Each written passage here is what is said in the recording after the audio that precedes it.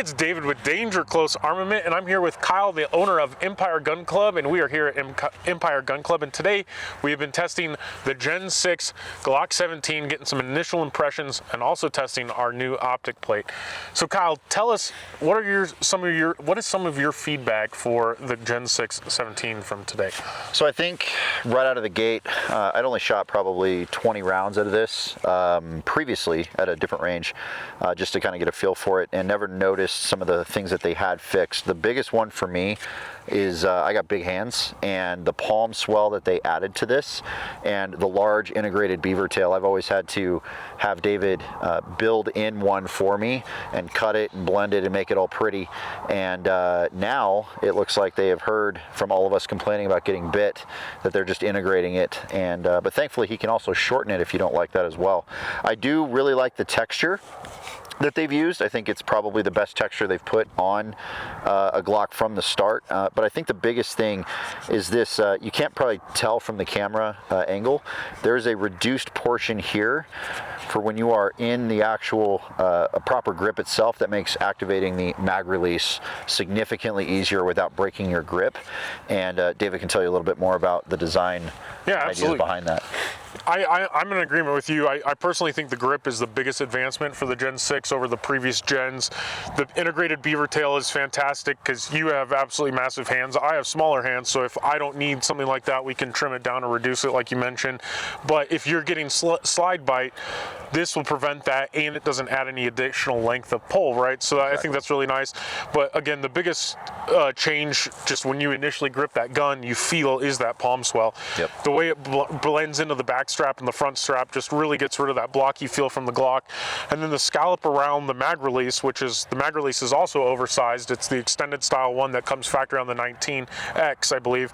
And it really makes manipulation of the mag release significantly easier. You don't have to, shift your grip to manipulate it, and it just feels significantly better. Totally. And then, yeah, some other areas that we see on the frame is the improved trigger shoe. You want to tell us about that? Yeah, I've always been a fan of flat face trigger shoes, stock curved trigger shoe that come on a lot of Glocks, and so that's a big improvement. It's still incredibly heavy, but I think for a stock Glock trigger, you can only do so much, especially when it's going to be primarily duty or defense oriented. I do also really like they added some raised portions around the slide release that keep you and guys like myself from accidentally bumping into it to some degree, which is nice.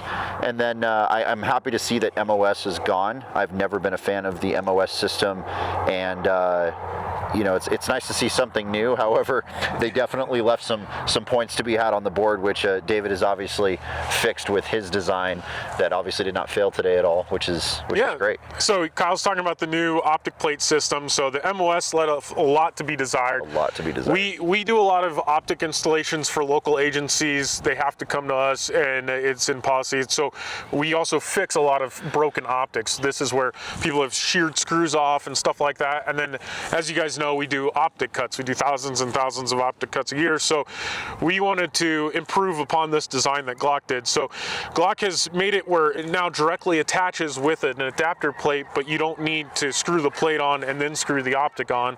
The Optic screws directly to the slide. But they include a plastic plate, and there's no backer. So you're down to just the plastic bosses and the screws holding the Optic on. And without a backer, the kinetic energy when you're shooting, or if you go to rack the slide off the Optic, is passed through the screws and through the bosses instead of through the slide. So we brought out our prototype Gen 6 plate here that fills those gaps in and grabs the Optic, and so now that energy is being passed through the Optic, through the plate, and through the slide, not through the screws and the bosses. So this is definitely an improvement. It ran great today, and we're working on the Armor plate like we have here, and then we'll have an Acro plate, Delta Point Pro footprint plate, as well as EPS carry or RMSC universal cut plate as well. So if you're looking to have a better, more durable attachment system for the Gen 6, we will have you covered there. So what else is new on this? We have the ledges, which is built in. They're actually kind of similar to our shooter's ledge, which we've been doing for over a decade. And then we have the single captured recoil spring, which I like over the dual system. You can definitely feel that this has a little bit more linear recoil. It doesn't compare to your chunk ported 17, which we will definitely be chunk porting this. I know I'm looking forward to that, and you are as well.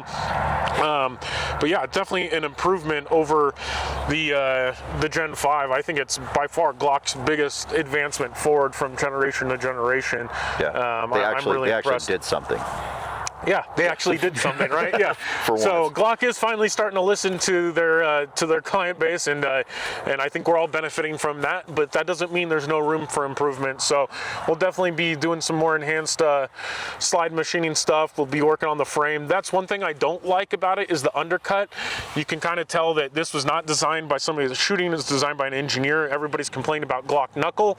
Well, they've just made the undercut higher. They haven't opened up the radius, so it's still like a pinky size radius, and it's still kind of abrased your index finger there. And that was something that I not your index finger, your middle finger, something that I was experiencing even after only a mag. I could kind of feel it just biting there.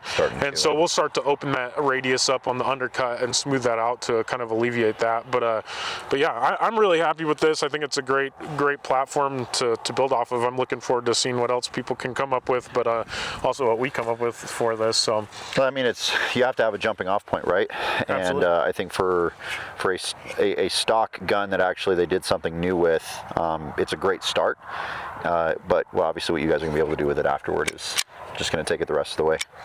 Well, cool, Kyle. Thanks for having us out to your range. Yeah, thanks again for having us here and for giving your feedback. And it was great watching you run that gun. And yeah, you're definitely a great shooter. And if you guys are looking for a range and you're out here in Colorado and you want to actually get some tactical training in, Empire Gun Club is a great place to do that.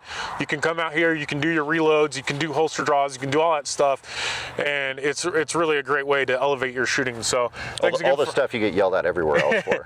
Yeah, you can do it here. So, well, we appreciate you guys tuning in, and we'll look forward to bringing some more stuff for you guys for the Gen 6. And check out EmpireGunClub.com and DangerCloseArmament.com, and we will see you guys later.